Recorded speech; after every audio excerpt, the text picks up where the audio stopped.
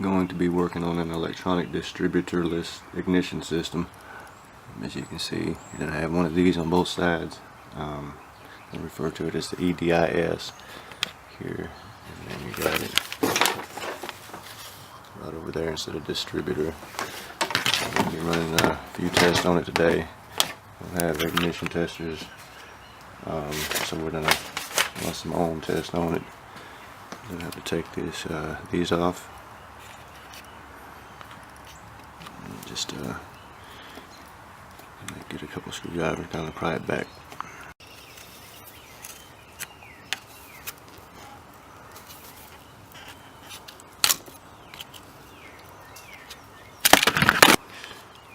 Once you have them hooked up, speed testing for primary resistance.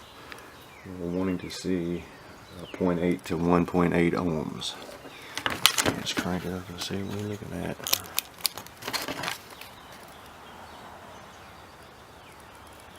Looks like we got about 0.6,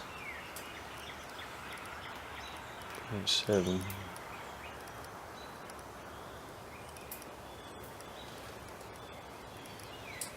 1.8. It's pretty iffy, huh? Alright, checking the driver's side. Again, looking at 0.8 to 1.8 ohms. About a 0.6, 0.7, 0.5. Not as strong as we're liking here.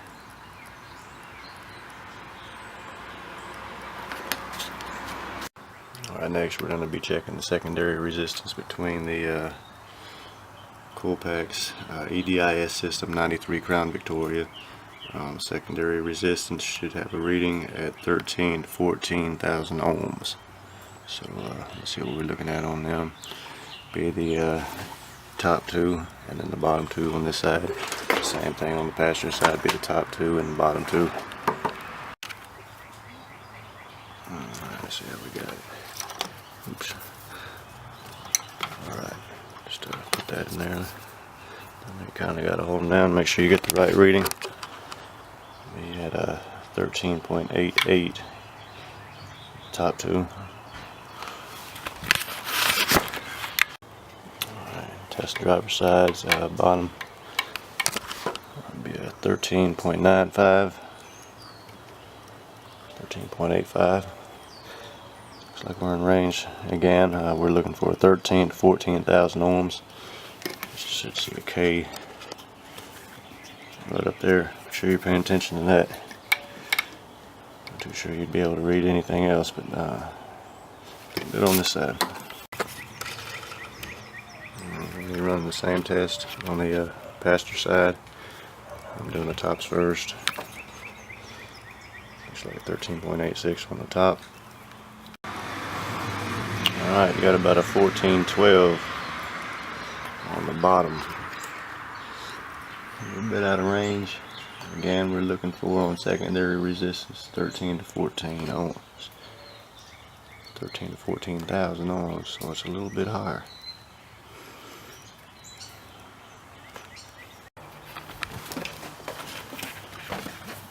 Alright, I'm going to be changing out the spark plugs on the 93 Crown Victoria. First thing you're going to really want to do, remember which one goes to which. It could be very troublesome if you take these off and don't remember, even though the length usually tells you. So we're going to go and follow these. This one here, rear back, passenger side. I'll just follow this wire. See, it's going to cut right over here. It's going to be the second track. Just follow that second track. Alright, second track. So come on down. And let's see if I could see. It's going to be this one right here. Alright. Yeah. Alright, so this one will be on the ignition coil on the driver's side. Kind of strange, huh? So be very careful when you're changing these. This was going to loop around the whole system. Alright, so that's that one. Second spark plug from the back. Passenger side, coming around. Alright, so that's going to be the first one over here. Passenger side. Third one. Alright, third one's in a loop. Be the third one on the bus. Alright, third one on the bus. See if I can see which one that is here. Kind of put your fingers down there and feel it out where you can see your fingers. Let's see if you can see. I see my finger. Kind of put your finger on and follow it. Alright. So that's going to be the bottom left. And double check it to make sure you're right, because you don't want to get these wrong. You want time right. Alright, third one on the bus.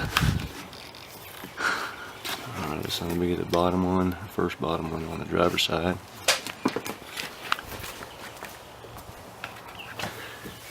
And the last one on the passenger side is going to be going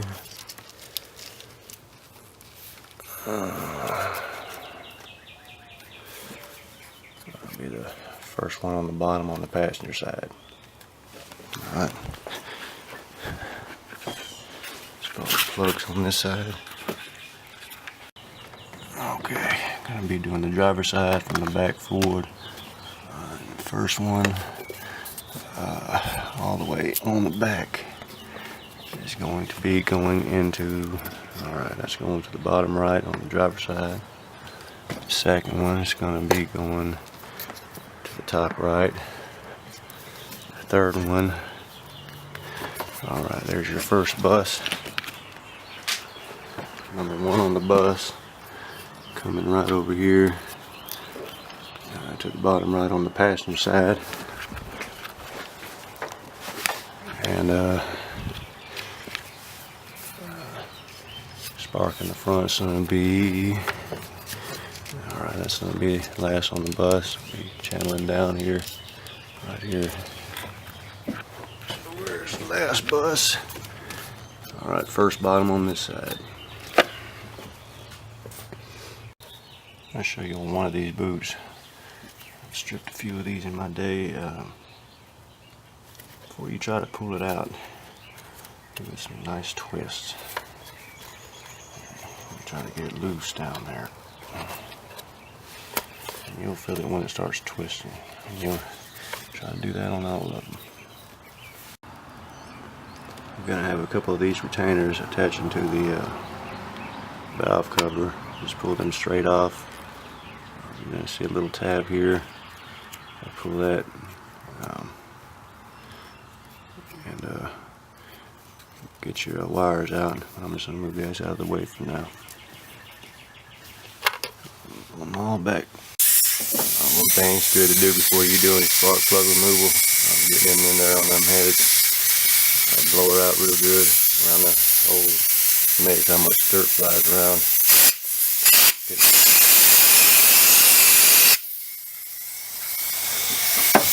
Easy.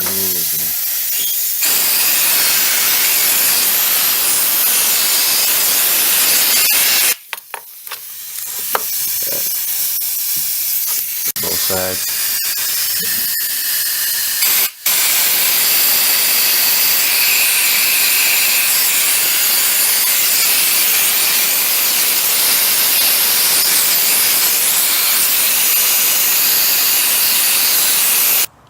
To pull these plugs, just using a regular spark plug puller or spark plug boot puller.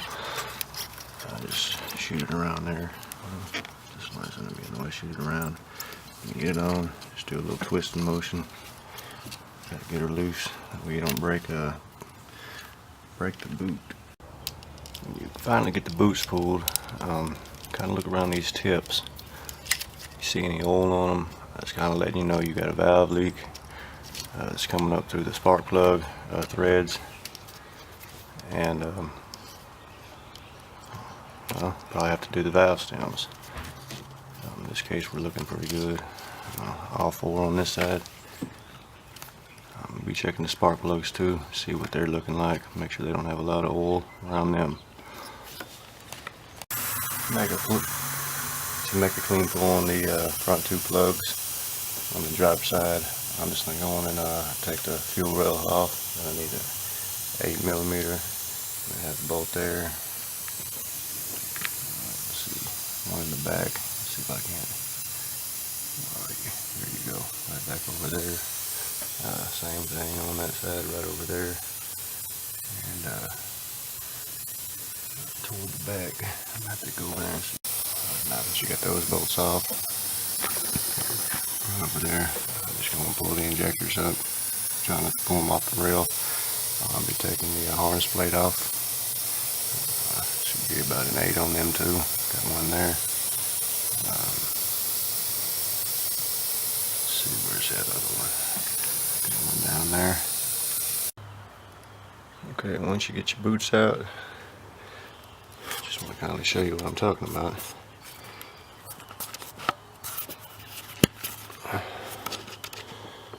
Dirt right there, big old chunk.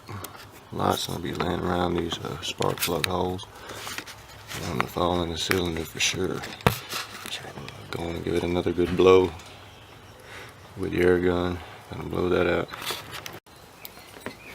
I have an option whether you want to use a 16mm deep socket or a 5/8 hex. Using this hex, it's got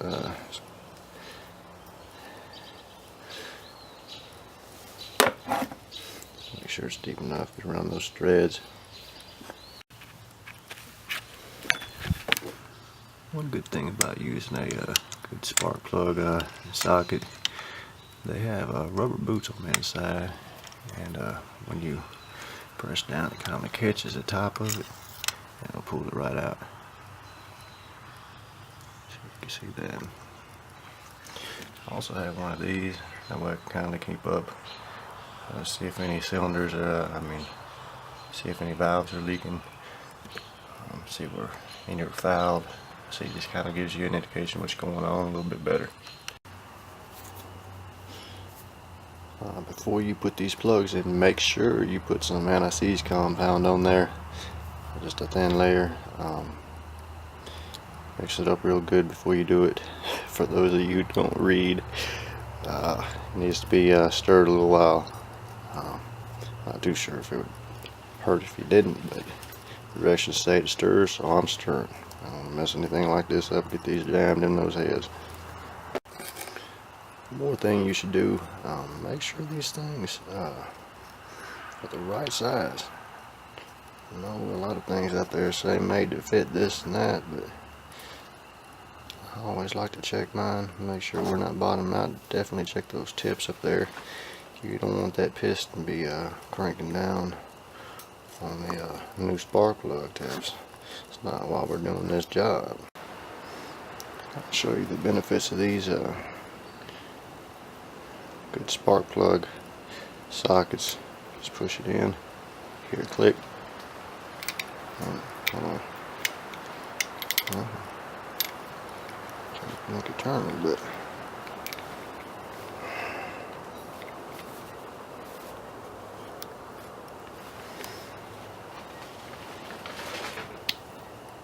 Okay. Once we get it in there, take the extensions off. Just throw a little screwdriver down there, pop it out.